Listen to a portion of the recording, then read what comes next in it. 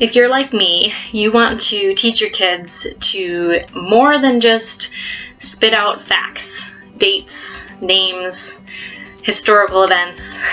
You want to teach them so that they can retain what they're learning, and not just retain the specifics of in history and science and math. You want them to retain a deeper empathy for the people that they come into contact with in life.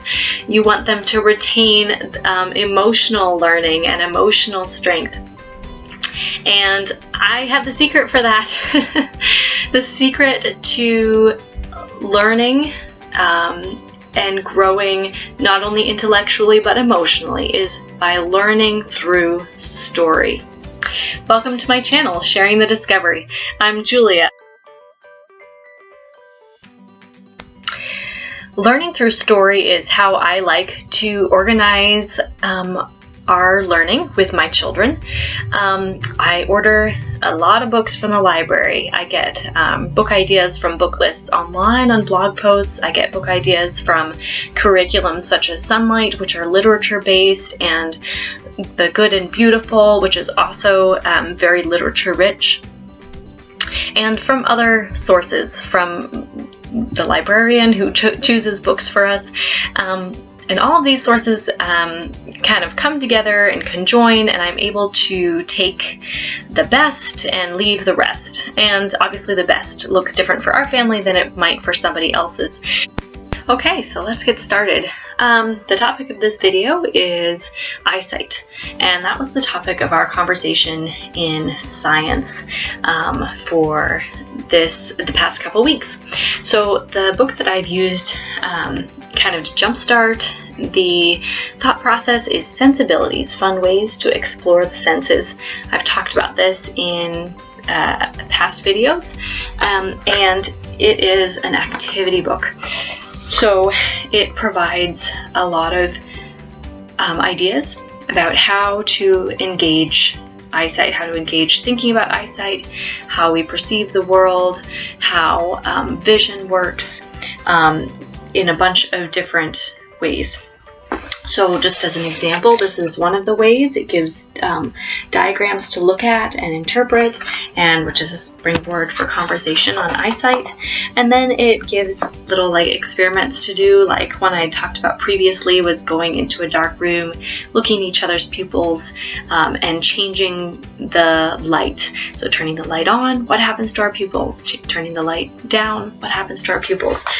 So it's activities like that are simple, that require minimal supplies, that just take our science discussion up to another level.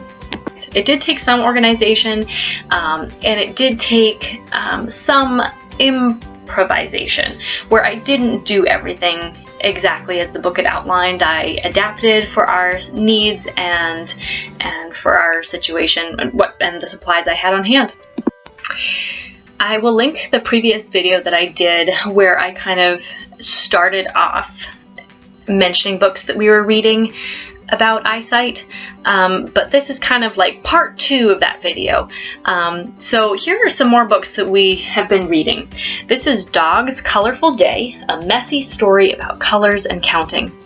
I liked this book a lot, and the kids did too, and it combined several things together where we were learning about colors, eyesight, and also counting, because we're doing that as another facet of our homeschool as well as learning about numbers. Colorful book, engaging story, and the kids all each wanted to count the spots on each page. Baby Bear Sees Blue, another book that I would highly recommend. It's artfully put together. The story is engaging, and it's just really a neat relational story between a mama bear and her baby bear, and instructing her baby bear on what is seen in the world, and then commenting on what baby bear sees. So the mama informs the baby bear what that is, the object is, and then the baby bear reflects back what it is that he perceives, which is colors. He reflects back the color that he sees. This was a book that my children requested to read multiple times. Whose eyes are these? A look at animal eyes, big, round, and narrow. So, as the title suggests, it has an animal eye that you look at, you read the little inscription, and you guess. Whose eye could this be? And voila, it is a zebra, as it might have been guessed. And then it gives a little bit of an overview on the zebra's eye, what strengths the eyesight gives to the zebra, and why the eyes may be positioned the way they are on the zebra's head, as opposed to other animals whose eyes are positioned in different ways. Just taking the tiger, for instance, the tiger's eyes are positioned in a different way. So this book was interesting in the sense that it looked at different kinds of eyesight, not just human eyesight, and the strengths that it gives to the different animals or organisms that have that eyesight. This is probably my favorite topic on eyesight, is discussing perspective, because I think it's so helpful to think about how we see the world differently than other people, and to acknowledge that the way we see it is valid, but it's not necessarily the only way to see the world. And so playing that into eyesight, this book is great. Look what I see. And it shows a little dog in his bed. This is what I see when I wake up. And it shows the ceiling and his feet at the end of the bed. That's his perspective in that moment. This is what I see when I'm getting dressed, and it shows an illustration of what it would look like through his shirt. And it goes on from there. This is what I see at the top of the stairs.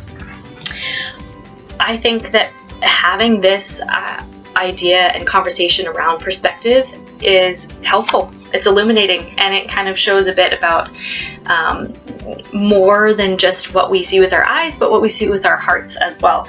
I think this was probably my favorite. This is what I see when I'm riding my bike. As you can see, it's all jiggly and bumpy based on the path he's going over with his bike.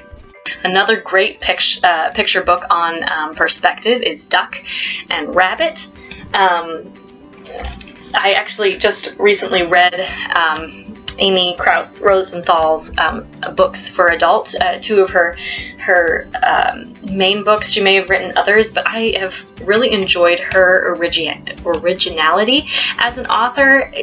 She just kind of takes you outside of the normal confines of writing and observing perspective, I suppose, the adult version.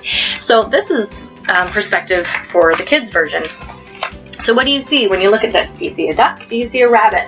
And basically it goes on.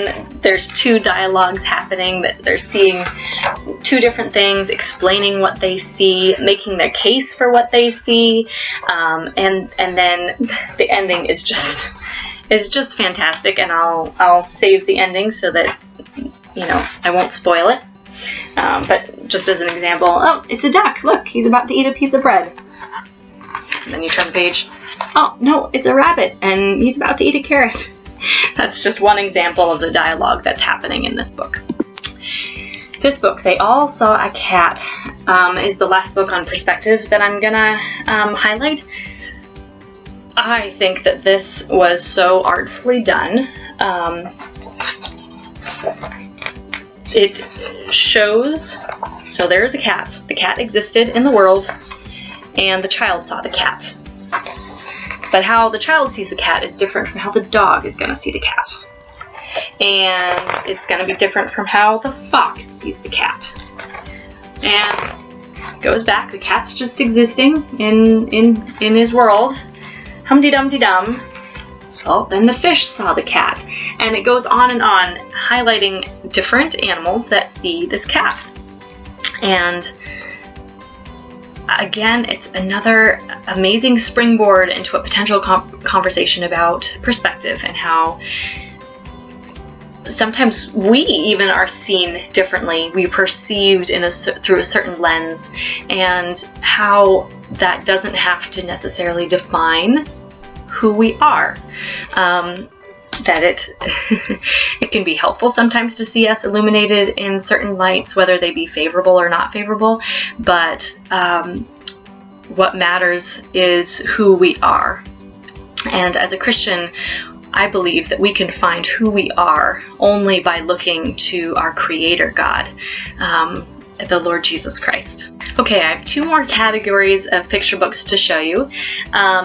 The first one is biographies on eyesight, and the one we read was The Crayon Man, the true story of the invention of Crayola crayons.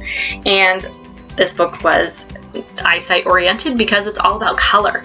And this gentleman who lived a while back now, he loved color. He was drawn to color, and he wanted to make color accessible to children to be able to create and draw. And so the story tells us about how that happened in crayon form, and then gives a little overview of crayons as they are made today in the factory. The other biography we read is The Doctor with an Eye for Eyes, the story of Dr. Patricia Bath. So this is about a woman who, it starts when she was a little girl. She wants to pursue knowledge and help people. She is called and feeling drawn to the study of eyesight, and why not having good eyesight affects a person and an individual and handicaps them. And how can that be helped? How can people be healed or given the tools that they need in order to succeed in life, even if they have less than optimal eyesight? It's a story of a woman who becomes a doctor, and not only a woman, but an African American woman. So it's a powerful testimony to living into one's calling, despite the challenges and the pushback that one might receive. The last category on eyesight is kind of like a jump off from that last biography. And this book we read, Douglas, You Need Glasses, is a humorous story about a dog who keeps bumping into things or interpreting what he's seeing wrong. So like there's the hat on the banister with the shoes, and he's thinking, oh, that's the person, when really his companion over there is behind him. So it's just a humorous little tidbit of the various misadventures that he goes through before it's determined that his eyesight needs a little bit of extra support. So a fun story illustrating a need like that. And then I was able to get a book from our local library that is actually has Braille. It's a Braille edition. This was a little taste into a world that we are not familiar with. We don't know anyone personally who is blind, and so this was a taste from afar.